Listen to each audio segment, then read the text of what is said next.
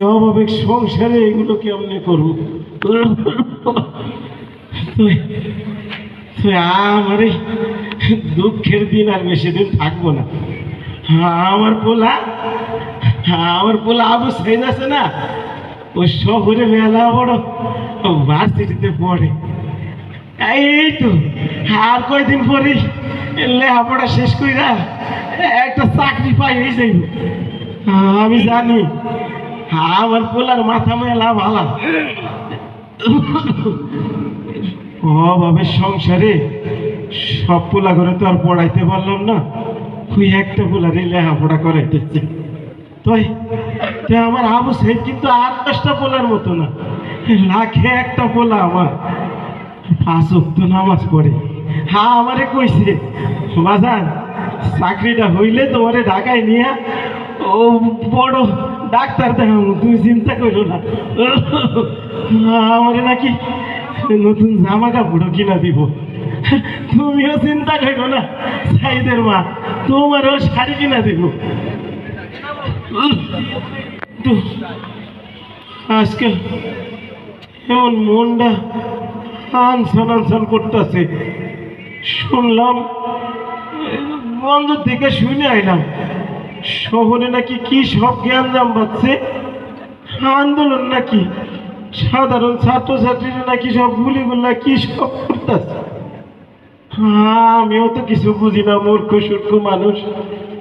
আমার পোলাটা ভালো থাকলেই ভালো, কিন্তু প্রত্যেক দিন তো আমার পোলা এমন সময় ফোন দেয়, আমারে না হইলে ওর মার সাথে কথা কয়।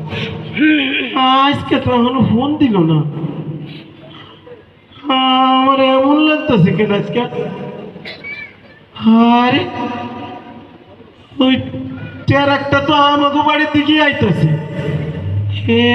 এত মানুষ ট্রাক, ও বুঝছি আমার আবু সাইদ মনে হয় আজকে চাকরি পাইছে।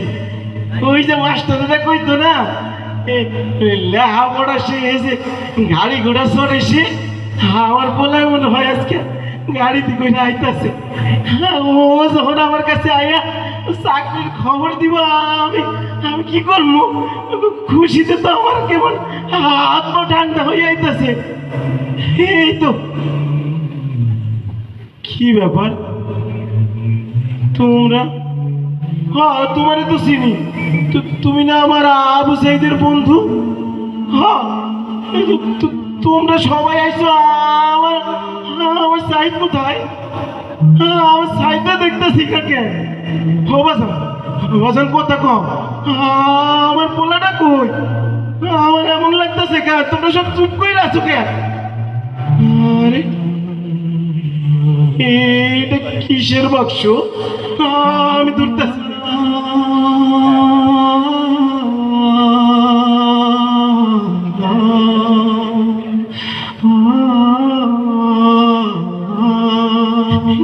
এটা কিসের বাক্স? ও বাজান তোমরা কথা কও, এটা কিসের বাক্স? আমার সাইড কই? আচ্ছা আমি দেখতেছি, আমি দেখতেছি।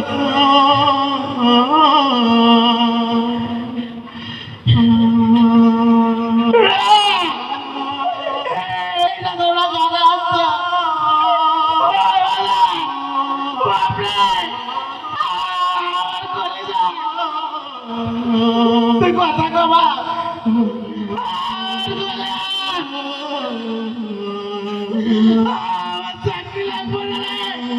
আমি সারা জীবন কামলা রাখবো বাজা, তুই কথা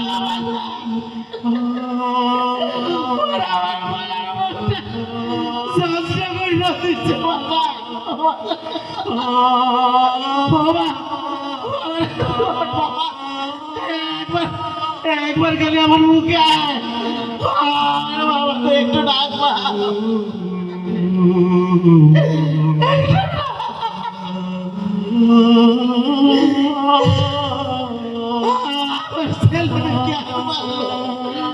আমার বলে তো কোনো অন্যায় করে না,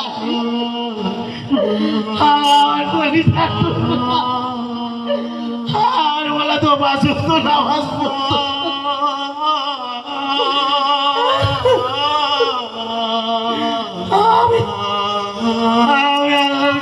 দোয়া করি আমার এই পোলার রক্ত যেন বৃথা না যায় আল্লাহ। আল্লাহ আমার পোলার রক্তের বিনিময় হইল তুমি এই দেশটাকে স্বৈরাচার মুক্ত করো আল্লাহ।